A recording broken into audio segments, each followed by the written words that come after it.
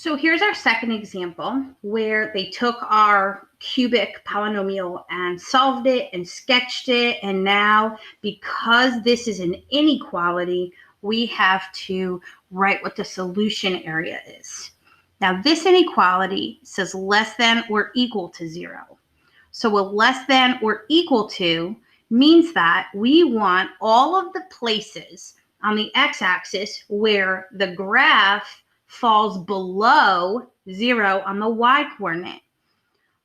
So what we're going to do, less than or equal to 0, and that means that the y-coordinates have to be less than 0.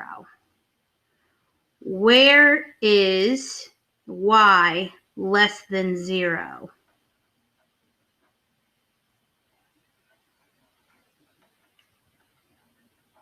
All right, so that's how we read those. And because this isn't equal to, this is going to be a filled in dot. We're going to call that solid. And this one is a filled in dot because it's solid. It's solid because there's an equal to.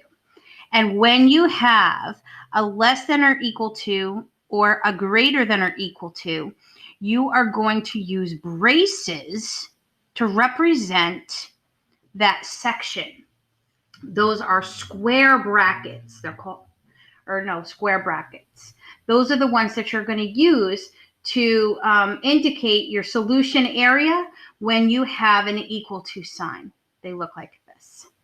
So what we're going to do is see where this dips below the x-axis because we want our y-coordinates to be less than 0. Below the x-axis, automatically I see it between -3 and 1. I see that it's dipping below the x-axis here.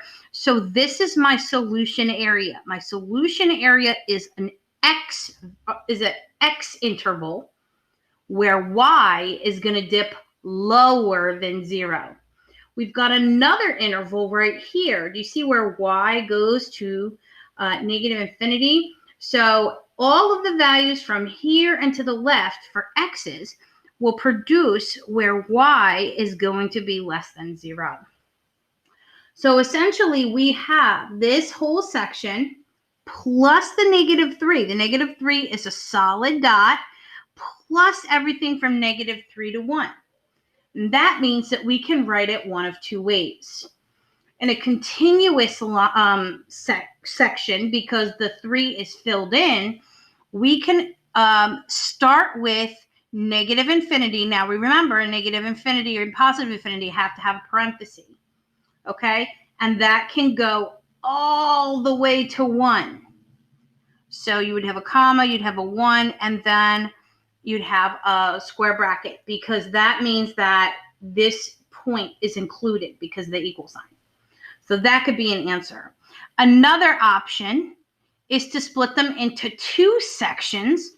So you would have -infinity and stop at -3. Make sure you have a square bracket for that one because it is included. Then you can union and then do this section, which is from -3 to 1. And the 1's included as well. Now, this one just means that this is two sections that are blended together and -3 is included in that. If you prefer to make two sections, you can do that. Or this one is continuous, can go from -infinity all the way up to 1.